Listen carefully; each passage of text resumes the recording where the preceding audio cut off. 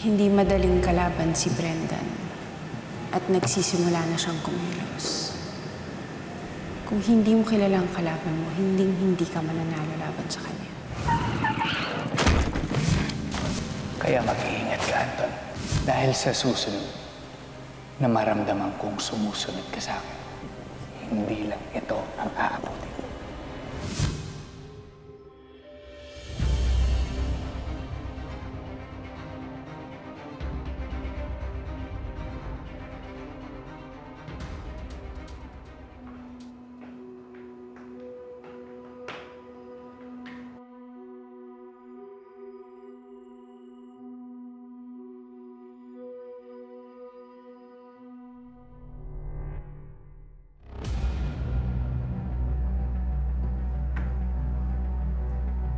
May tao ba dyan?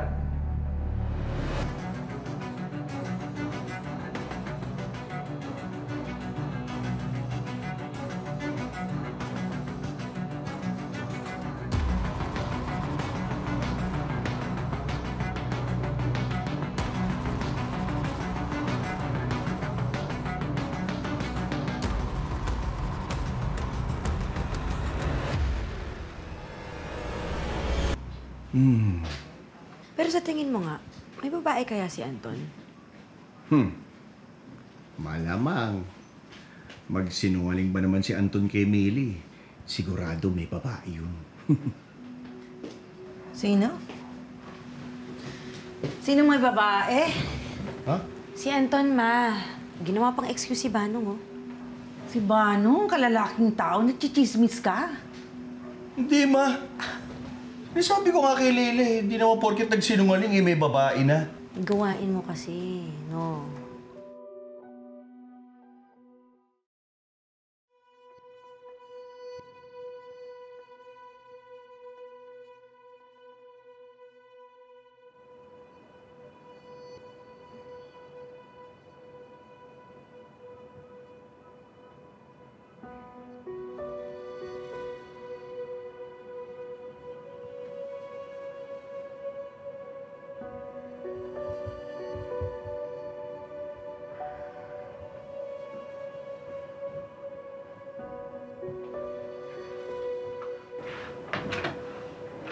Anton?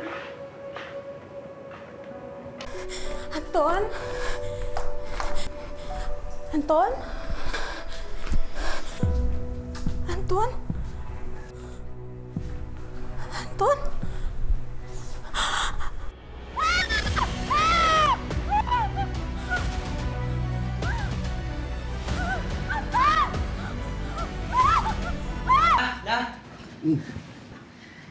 May mga pulis po sa bahay ni Noning.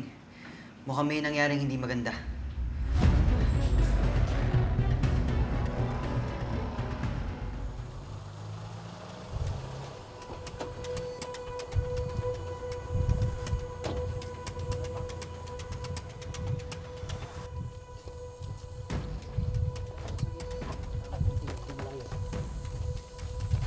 Secure the premises. O ayun na, dumadami na yung mga tao. Alam niyo na gagawin niyo. Yes, sir. Yes, sir. Ano status ng Soko unit? Matidelay din yung Soko unit sa area na to. May nasikas lang ibang malaking kaso. Okay, inform ko sila. Sila po!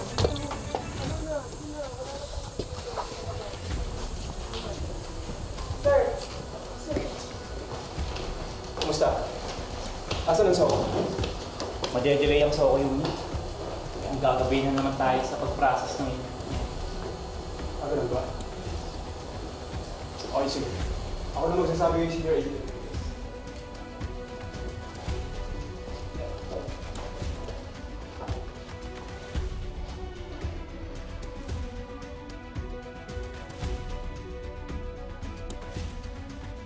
Sir, mukhang madidelay ang Soko.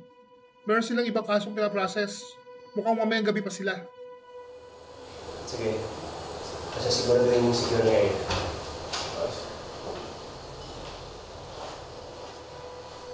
Miss Rosales, sabihin mo sa amin kung ano nangyari dito. Basta na nagising ako, wala na si Anton. Wala na yung asawa ko.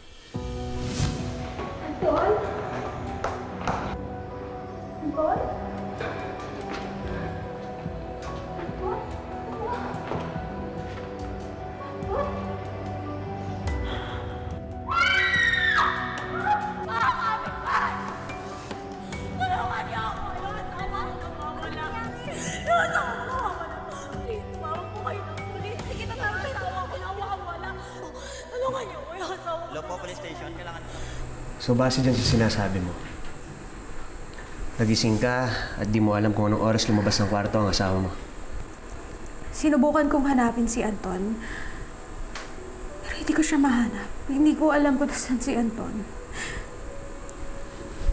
Wala ka narinig? Nakainom kasi kami kaya mahimbing ang tulog ko. Sinusuwid na ng forensic squad tong bahay niyo para makakuha tayo ng ebidensya at malaman natin kung ano nangyari. Ebidensya? Ano pa bang ebidensya ang kailangan nyo? Ang kailangan nyo ngayon, hanapin yung asawa ko. Mrs. Rosales, kailangan namin malaman kung anong nangyari dito para malaman natin kung saan tayo maghahanap. Ang kailangan ngayon, hanapin nyo si Anton. Baka mamaya nakalayo na yung kidnapper sa kayo yun. Kailangan nyo tulungan yung asawa ko. I'm sorry, pero sa ngayon wala kami nakikitang forced entry. Kaya hindi pa natin masasabi na kidnapping nga nangyari sa asawa mo. Kailangan nyo tulungan nyo si Anton at hanapin nyo siya. Pero kung nandito kayo, naghahanap kayo, kung ano-ano hinahanap nyo dito sa bahay, wala kayong mapapala, kailangan nyo hanapin yung asawa ko. Di ba pulis ka? Ha? Di ba pulis ka? Tulungan mo naman ako. Hanapin nyo yung Anton! Hanapin nyo si Anton! Hanapin nyo yung asawa ko! Ano ka?